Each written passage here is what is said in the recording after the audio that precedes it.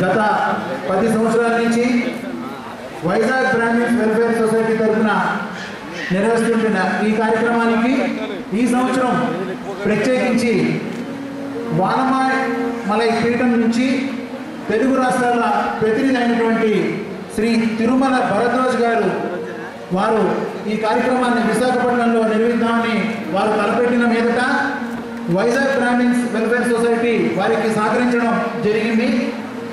ఈ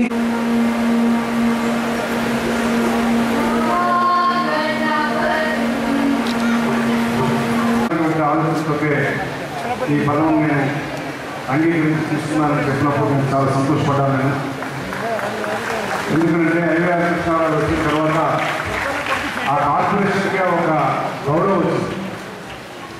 కొంతమంది మనుషులకి పదవి వస్తుంది, కానీ ఆ మనిషి వల్ల ఆ వ్యవస్థకి ఆ సంస్థకి గౌరవం వస్తుంది.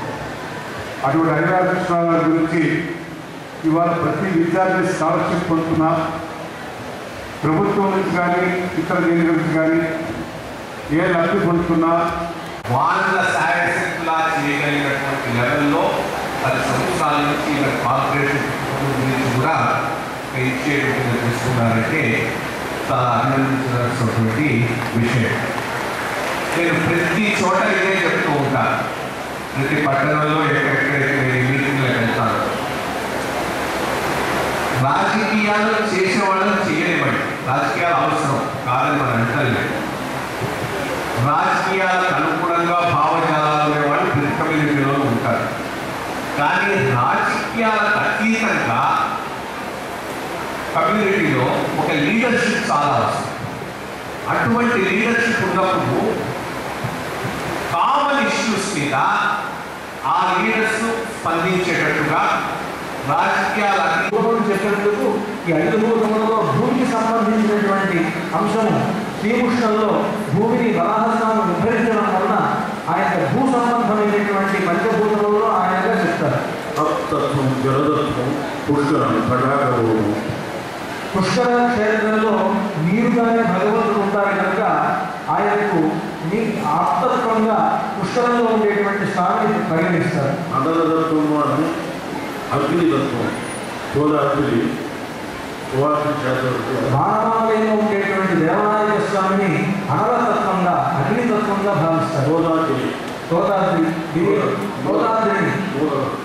గోదావరిలో ఉండేటువంటి మూలస్వామిని అగ్నితత్వంగా భావిస్తారు.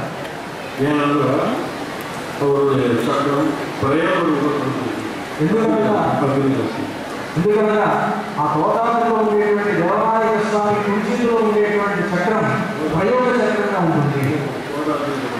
ఆయన గోదావరి అని పేరు. గోదావరి భగవానుడి పేరు ఆయనకు. ఆయన చేతిలో ఉండేటువంటి చక్రం ప్రయోగ చక్రంగా ఉంటుంది.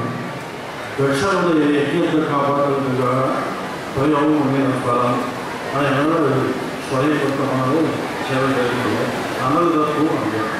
దక్షిణ దేశంలో ఉండేటువంటి యతీశ్వరుడిని అక్కడ ఉండేటువంటి ఋషుల్ని కాపాడడం కోసమని ఆయన ప్రయోగ సుదర్శన చక్రాన్ని ధరించి అక్కడ ఏం చేసి ఉండడం వలన ఆయన అమరతత్వంగా భావిస్తున్నాం. వాయుతత్వం నైమిషారణ్యంలో ఉండేటువంటి అంతర్యామిగా ఉండేటువంటి స్వామికి అక్కడ వాయుతత్వంగా భావిస్తాం. ఆకాశతత్వం బదులిగాస్తాము. ఆకాశవాణి అష్టాక్షర అవతారణ ఆకాశవాణి శబ్దం ఆకాశతత్వం. ఆకాశతత్వాన్ని చెప్పేటప్పుడు తర్కశాస్త్రంలో శబ్దం ఆకాశం నుంచి శబ్దం వస్తుంది కనుక శబ్దం వచ్చేటువంటి దానికి ఆకాశము అంటారు కనుక అలాంటి అష్టాక్షరి అనేటువంటి గొప్ప శబ్దము మనకు ఇచ్చినటువంటి అష్టాక్షరి బదరీ క్షేత్రంలో ఉండేటువంటి స్వామిని ఆకాశతత్వంగా భావిస్తాం. ఇది మనస్తత్వం, శారగ్రహణం. ఇప్పటి వరకు పంచభూతాత్మకమైనటువంటి భగవత్ స్వరూపంగా చెప్పాం. ఇక మనస్సు అనేటువంటిది చాలా గ్రామంలో ఉండేటువంటి స్వామిని మనస్తత్వానికి ప్రతీకగా చెప్తాం. நம்முடைய மனது சஞ்சாரம் அவனுடைய மனது ಅಸಂಜ ನಿಶ್ಚಲ ಸಲಿಕೆ ಅದೆಲ್ಲ ಶಿಲಾರೂಪೇಣ ಬೇಡಿಕೆಯ ಕೆಲವು ಅದೆಲ್ಲ మనస్తత్వం సాగరం. ఎందుకనగా మన మనస్సు చంచలమైనటువంటిది, భగవంతుడు నిశ్చలమైనటువంటి వాడు. నిశ్చలముగా సాలగ్రామంలోనే భగవంతుడు నిరంతరం ఉండడం వల్ల సాలగ్రామంలో ఉండేటువంటి స్వామికి మనస్తత్వ అధినేతగా పేరు. అందుకని మనస్తత్వములకు అధిపతి సాలగ్రామంలో ఉండేటువంటి పురుషోత్తముడు. బుద్ధితత్వం శ్రీరంగం పర్వాజ పడుతుంది స్వయం విమానం బుద్ధితత్వం. శ్రీరంగంలో ఉండేటువంటి స్వామి బుద్ధితత్వములకు ప్రతీక. విమానం ప్రణవ సంగీతం అని అక్కడ ఉండేటువంటి ప్రణవకాల విమానం అనేటువంటి శరీరమైనటువంటిది. కనుక శ్రీరంగంలో ఉండేటువంటి రంగనాథుడు బుద్ధితత్వములకు ప్రతీక. అహంతత్వం ప్రసిద్ధం తిరుమల. అహంతత్వం అనేటువంటిది ప్రసిద్ధమైనటువంటి తిరుమల క్షేత్రం. ಎಲ್ಲ ಮತಸ್ಥರು నిష్పక్షవాద అంటూ శరణాగతి పడతారు. అందరూ మతస్థులు ఎటువంటి భేదము లేక తిరుమలలో ఉండేటువంటి స్వామిని శరణాగతి చేస్తారు. అప్పేరుకుంటే దివ్యక్షేత్రం తిరుమల నుండి 7 శివలింగ ప్రయాణాలు ముందే వారంలో ఎడతారు. మహానంద స్వామికి నిర్మాణం తిరుమల నిర్మాణం. అటువంటి తిరుమలలో ఉండేటువంటి శ్రీనివాసుడే తిరుమల నుండి వారణామలలో ఏం చేసినట్టుగా అక్కడ ఉండేటువంటి శ్రీవర మంగై అనేటువంటి అమ్మవారు అక్కడ ఆయన వక్షస్థలంలో ఉండేటువంటి అమ్మవారే ఏం చేసినట్టుగా అలా ఆ తిరుమలకు వారణామలకు ఉండేటువంటి ప్రత్యేకమైనటువంటి సంబంధం ఇలాంటిది.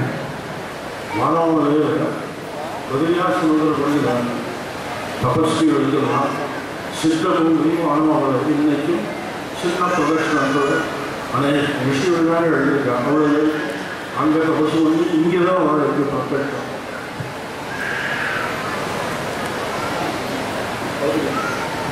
బదరీలో తపస్సు చేస్తే కలిగేటువంటి ఫలం కంటే వారణావళిలో ఒక చిన్న ప్రదక్షిణం చేసినా అంత గొప్ప ఫలితం లభిస్తుంది. ఒక ప్రదక్షిణం చేసినా వారణావళిలో ఎంతో ఫలితం ఏర్పడుతుంది. కనుక అది తపస్సిద్ధి ప్రదేశంగా చెప్పబడుతున్నది. அப்பேற்பட்ட க்ஷேத்திரம் அடியனுக்கு பாக்கியம் கிடைத்தது. இது உள்ளோடு அந்த மரத்தினுடைய பெருமை குறிக்கும்போது அவசியம் நீங்கள் உதவி பண்ணுவது. అటువంటి వారణావళి క్షేత్రంలో అనుసారంగా పరంపరగా వస్తూ దాంట్లో చేరి దాంట్లో ఉండడం అనేటువంటిది ఒక భాగాన్ని పొందగలనేటువంటిది నా భాగ్యంగా భావిస్తూ అలాంటి క్షేత్రం నుండి వచ్చినటువంటి నాకు ఇటువంటి గౌరవాన్ని ఇచ్చినటువంటి మీ అందరికీ కూడా అనేకమైనటువంటి మంగళాశాసనలు చేస్తూ ఉన్నాము.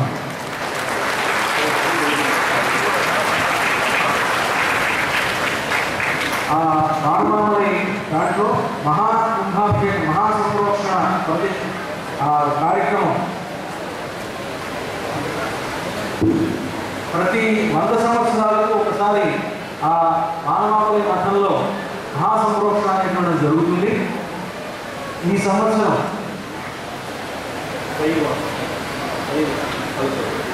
2018 సంవత్సరంలో ఆ పుష్యమాసంలో అక్కడ పెద్ద ఉత్సవం ప్రతిష్టా మహోత్సవం జరగబోతున్నది. మీరందరూ కూడా అక్కడికి ఇచ్చేసి ఆ వారణావళి పెరుమాళ యొక్క అనుగ్రహానికి మాత్రం కావాల్సిందిగా అందరికీ కూడా మంగళాశాసనం చేస్తారు.